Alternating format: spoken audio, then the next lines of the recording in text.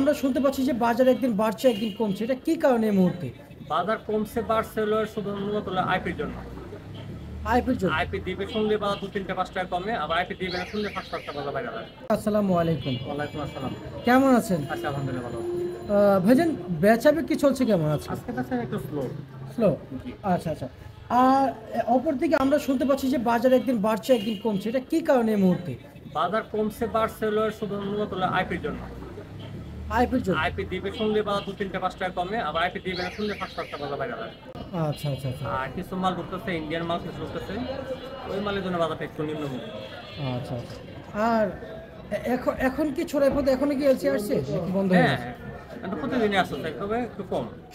একটু কম। জি আচ্ছা আচ্ছা আচ্ছা আচ্ছা। আর যারা ইনপুটার, জি। যারা ইনপুট করছেন ভারত থেকে সরাসরি এলসি, ওনাদের অবস্থান কি এই মুহূর্তে একটু জানাবেন? না, ইম্পোর্ট বন্ধ, ইম্পোর্ট পারমিট তো বন্ধ। বন্ধ। জি। কিন্তু ইনপুট পারমিট মানে পারমিশন বন্ধ, যেহেতু বন্ধ আছে, ওনারা তো এই যে বেশিরভাগই অধিকাংশ যারা ব্যবসায়িক রয়েছে আমদানিকারক রয়েছেন, ওনারা কিন্তু পেঁয়াজ, কিন্তু পেঁয়াজের সিজন পেঁয়াজই কিন্তু বেশি মানে এক্সপোর্ট মানে সরি রপ্তানি করে, তাই না? এই ভারত থেকে বাংলাদেশে। কিন্তু এখন তো সেটা নাই। কিন্তু এখন তাহলে ওনারা চলছে কিভাবে?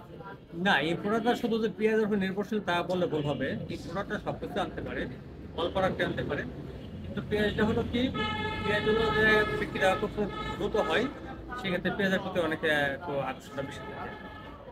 অন্যান্য মাল তো বিক্রি করতে স্লো, যেমন আদা রসুন, হ্যাঁ, তারপরে হলো হলুদ মরিচ, এগুলো বিক্রিটা স্লো। পেঁয়াজটা তাড়াতাড়ি বিক্রি হয়, তাড়াতাড়ি গ্যাসটা হাতে নিতে পারে। আচ্ছা আচ্ছা আচ্ছা।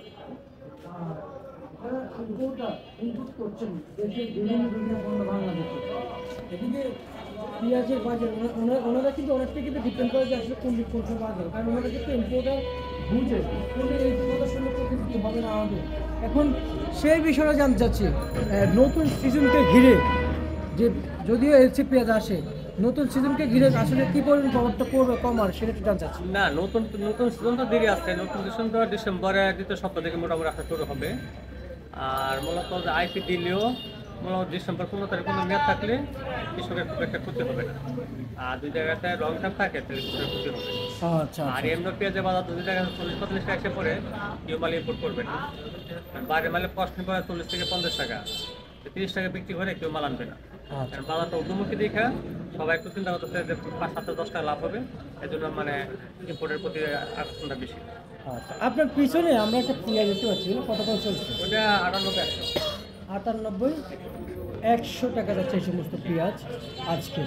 আর আজকে এমনিতে সর্বোচ্চ সর্বনিম্ন পেঁয়াজের বাজারটা জানান আপনি। সর্বনিম্ন যে আসলে একদম গোটার মতন রেট নাই, কিন্তু আমি নর্মাল হচ্ছে 90 টাকা থেকে 102 টাকা 3 টাকা। এর ভিতরে আজকে বাজার। জি। আচ্ছা আচ্ছা। রসুন কত করে চলছিল আজকে? আর রসুন হলো সর্বনিম্ন হলো 50 টাকা, সর্বোচ্চ বাজার 65 টাকা। আচ্ছা, আলু কত কত বিক্রি চলছিল ভাই?